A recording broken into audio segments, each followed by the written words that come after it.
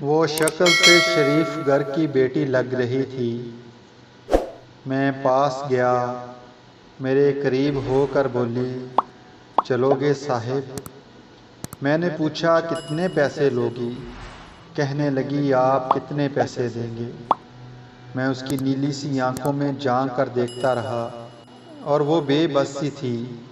میں بولا آؤ کار میں بیٹھو۔ وہ ڈر رہی تھی، کہنے لگی کتنے آدمی ہو؟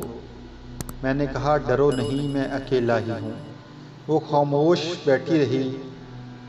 وہ گاڑی میں بیٹھ گئی اور پھر سارے راستے خاموش بیٹھی رہی۔ پھر کہنے لگی آپ مجھے سگریٹ سے اذیت تو نہیں دو گے نا؟ میں مسکرایا اور میں نے جواب دیا بالکل بھی نہیں۔ پھر اس نے ایک لمبی سانس بھری۔ آپ میرے ساتھ کوئی ظلم تو نہیں کریں گے نا؟ آپ چاہے مجھے 500 کم دے دینا، لیکن میرے ساتھ کچھ برا نہ کرنا۔ وہ بلا کی خوبصورت تھی، معصومیت اس کی باتوں سے ٹپک رہی تھی، پھر بھی خدا جانے وہ کیوں جسم بیچنے پر مجبور تھی۔ وہ نہیں جانتی تھی میں کون ہوں۔ میں نے پوچھا کھانا کھایا ہے؟ کہنے لگی نہیں۔ میں ہوٹل کے سامنے گیا، کار روکی۔ ہوٹل والا جانتا تھا، اس نے جلدی سے کھانا پیک کیا اور مجھے دے دیا۔ میں آ کر کار میں بیٹھا اور اپنے راستے کی طرف چل گیا۔ چوکیدار نے دروازہ کھولا، میں نے کار پارک کی۔ رات کے 11 بج رہے تھے، سب اپنے اپنے کمروں میں سو رہے تھے۔ اس کو اپنے لیے کمرے میں لے گیا۔ وہ مسلسل میری طرف دیکھے جا رہی تھی۔ میں نے کھانا پلیٹ میں ڈالا، اسے کہا ہاتھ دھو لو۔ وہ کہنے لگی میں نے نہیں کھانا۔ میں نے پیار سے کہا ڈرو نہیں، کچھ نہیں ہوگا، میں نے اس میں کچھ نہیں ڈالا، تمہارے سامنے ہوٹل سے خریدا ہے اور ادھر لا کر تم کو کھلانے لگا ہوں۔ وہ ہاتھ دھو کر آئی اور سامنے بیڈ پر بیٹھ گئی، کھانا کھانے لگ گئی۔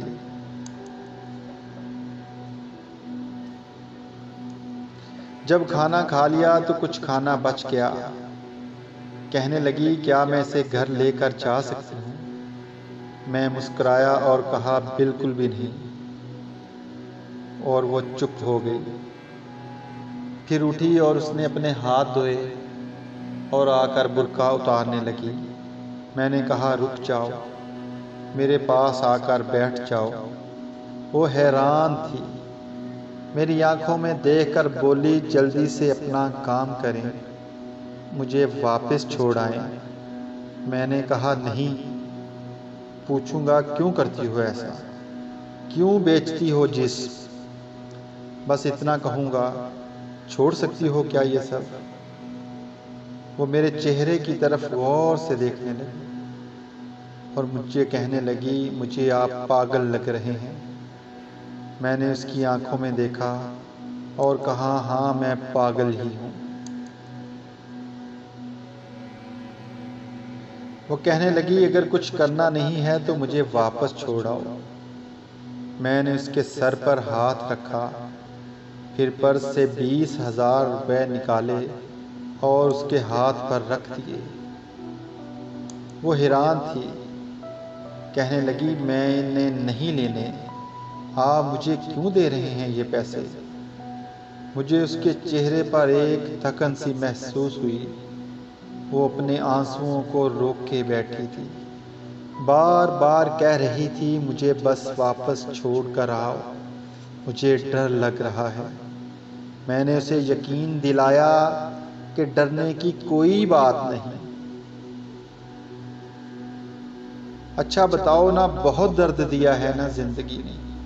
یہ سننا ہی تھا کہ اس کی آنکھیں چھلک پڑی اور آنسو اس کے گالوں پر بہتے ہوئے اس کے برقعے میں سمو گئے، جیسے کوئی قیامت گر گئی ہو۔ اس پہ میں سمجھ چکا تھا کہ کوئی بہت بڑا درد لیے گھوم رہی ہے۔ دروازہ کھول کر بولی مجھے واپس چھوڑ کر آؤ۔ میں نے اسے بیٹھنے کا کہا۔ میرا نام شہزاد ہے، اور ڈرو نہیں، خود کو محفوظ سمجھو، کیونکہ مرد وہ ہوتا ہے جس کی آغوش میں آ کر کوئی دوسری عورت اپنے آپ کو محفوظ محسوس کرے۔ میں سمجھ چکا تھا۔ جب اسے یقین ہو گیا کہ کوئی پریشانی والی بات نہیں ہے تو بتانے لگی کہ شوہر مر گیا ہے، 2 بیٹیاں ہیں، سسرال والوں نے نکال دیا ہے، ماں باپ فوت ہو چکے ہیں، بھائی کوئی ہے نہیں، چاچا کے گھر چلی گئی تھی کہ چاچا کے بیٹے نے میرے ساتھ زیادتی کی، اور جب میں نے چاچی کو بتایا تو اس نے مجھے ہی غلط کہا اور دھکے دے کر مجھے گھر سے نکال دیا۔ دور کے رشتہ دار نے ایک بڈھے سے میری شادی کروائی، اس کے جوان بچے تھے، اس کے بچوں نے مجھے ذلیل کیا، لیکن میں صبر سے رہتی رہی کہ پھر وہ شوہر بھی فوت ہو گیا۔ بیٹیوں کو لیے در بدر پٹکنے لگی، نہ کوئی چھت رہی نہ کوئی روٹی تھی، بھوک و افلاس کا عالم تھا۔ سڑک پر کھڑی تھی، ایک صاحب آئے، کہنے لگے 1 گھنٹے کے 5000 روپے دوں گا۔ نہ چاہتے ہوئے بھی ماں کی ممتا حالات کی ستائی ہوئی کیا کرتی، آخر اس کے ساتھ چل دی۔ اب ہر روز جسم بیچتی ہوں، کرائے کا مکان ہے، بیٹیوں کو اکیلا چھوڑ کر آتی ہوں۔ کیا کروں؟ کئی بار سوچا خودکشی کر لوں، لیکن بیٹیوں کو دیکھ کر ہمت ہی نہیں ہوتی۔ وہ رو رہی تھی، میں زمانے کی بے حسی محسوس کر رہا تھا۔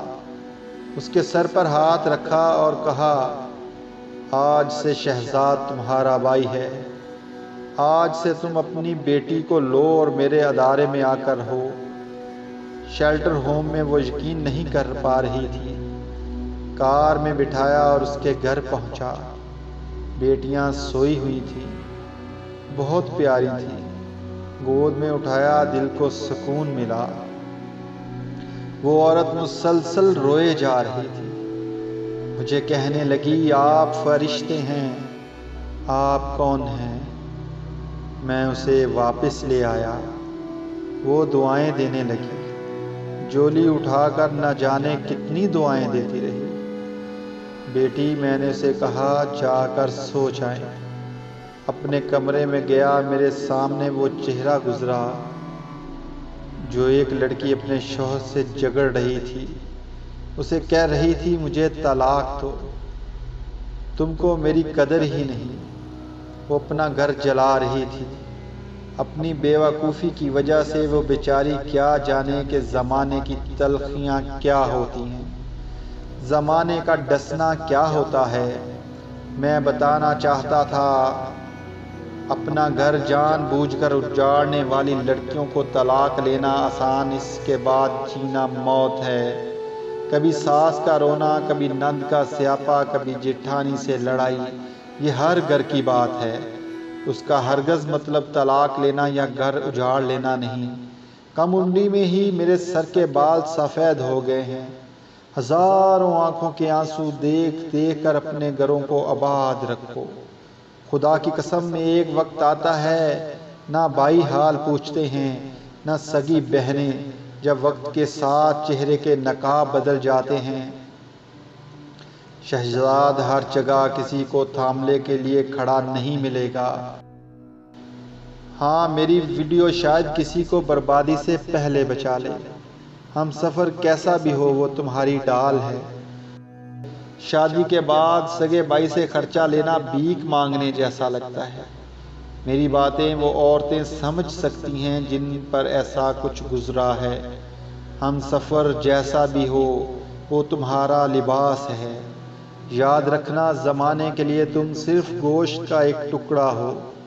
تم ایک جسم ہو جس کو وہ نوچ کر کھانا چاہے گا۔ تم ایک جسم ہو جس سے وہ لذت حاصل کر کے تمہیں چھوڑ دے گا۔ تم ایک ٹشو پیپر ہو جسے استعمال کر کے وہ پھینک دے گا۔ وہ زمانے گزرے، مدت ہوئی جب رشتوں کا پاس رکھا جاتا تھا۔ اب رشتوں سے کھیلا جا سکتا ہے، ہوس پوری کی جا سکتی ہے، پھر پھینک دیا جاتا ہے۔ ہاں، قسمت میں لکھا ہم نہیں بدل سکتے، لیکن قسمت خود لکھ بھی سکتے ہیں۔ صبر، برداشت اور جھک کر نہ جانے کتنی عورتیں صرف اس لیے گھر اجاڑ لیتی ہیں کہ اس کے شوہر اس کو ٹائم نہیں دیتے۔ ہاں، یہ شکوہ کرنا درست ہے، لیکن کیا یہ گارنٹی ہے کہ زندگی میں اس کے بعد آنے والا اس سے زیادہ اچھا ہوگا یا برا ہوگا؟ صرف ایک زندگی ہے، اس سے محبت، پیار اور سمجھداری کے ساتھ گزار لو۔ میں اس معاشرے کو معاشرہ ہی نہیں کہتا، بلکہ بدبودار سماج کہتا ہوں۔ یہاں گلی گلی، جگہ جگہ پر لٹیرے کھڑے ہیں، عزتوں کے، خواہشوں کے، برم کے، بھروسے کے، اعتبار کے۔ بس آخر پر ایک بات کہوں گا، اگر تم کو پیٹ بھرنے کے لیے روٹی اور چار دیواری سے باہر نہیں جانا پڑتا، اگر تم کو جسم نہیں بیچنا پڑتا، اگر تمہارے سر پر چادر ہے، اگر لوگ تمہارا سودا نہیں کرتے، اگر لوگ تم کو ویشیا نہیں کہتے، اگر تمہارا دامن پاکیزہ ہے، اگر تم رات کو محفوظ پناہ گاہ میں سوتی ہو، نہ کرنا برباد ایسا آشیانہ، ورنہ رون دی جاؤ گی، نوچ لی جاؤ گی۔ جو طلاق لیے بیٹھی ہیں ان سے پوچھو، وہ سوچ رہی ہوتی ہیں نہ جانے کتنے بچوں کے باپ کی ہم سفر بنوں گی، نہ جانے وہ کیسا سلوک کرے گا۔ تو پھر ساری زندگی یہ طعنہ سنتے گزر جاتی ہے کہ اتنی اچھی ہوتی تو طلاق کیوں لیتے، وہ تم کو چھوڑ کیوں دیتا۔ خیر، وہ لڑکی الحمدللہ محفوظ ہے، لیکن وہ روتی ہے زمانے کی بے حسی پر۔ اور جانتے ہو، کسی عورت کی بربادی میں کہیں نہ کہیں ذمہ دار مرد ہوتا ہے۔ محبت کر کے چھوڑنے والا دعوے دار ہو، یا نکاح کر کے طلاق دینے والا بدبخت، عورت خدا کی قسم میرے معاشرے کی زنجیروں میں جکڑی ہوئی ایک قیدی ہے۔ کبھی باپ کی پگڑی پر لٹ گئی تو کبھی ساس کے زہر آلودہ لہجے پر، کبھی شوہر کی انا پہ خاک ہو گئی تو کبھی اولاد کی وجہ سے۔ مرد اگر سمجھ جائیں میری اس تحریر کو، شاید میرا معاشرہ بدل جائے۔ ہاں، کچھ عورتیں ہوتی ہیں بازار میں جن کو جتنی بھی عزت دی جائے، وہ عزت کی چادر سے زیادہ بازار کی رونق بننا پسند کرتی ہیں۔ پھر ایسی بدبخت عورتیں ہی ایک بدبودار معاشرے کو جنم دیتی ہیں۔ آج کی ویڈیو کیسی لگی ضرور بتائیے گا، اور کمنٹ سیکشن میں اپنے پاس، اپنے ارد گرد، اپنے سماج میں ہونے والے کسی واقعے کے بارے میں بھی بتائیے گا۔ اور اگر آپ نے ابھی تک ہمارا چینل سبسکرائب نہیں کیا تو ہمارے چینل کو سبسکرائب کر لیں، تاکہ آنے والی ویڈیوز کے اور کوئی نہ کوئی ایسا واقعہ، کوئی ایسی داستان جو آپ کی روح تک کو جھنجھوڑ جائے، آپ تک پہنچ سکے۔ ویڈیو مکمل دیکھنے کا بہت شکریہ۔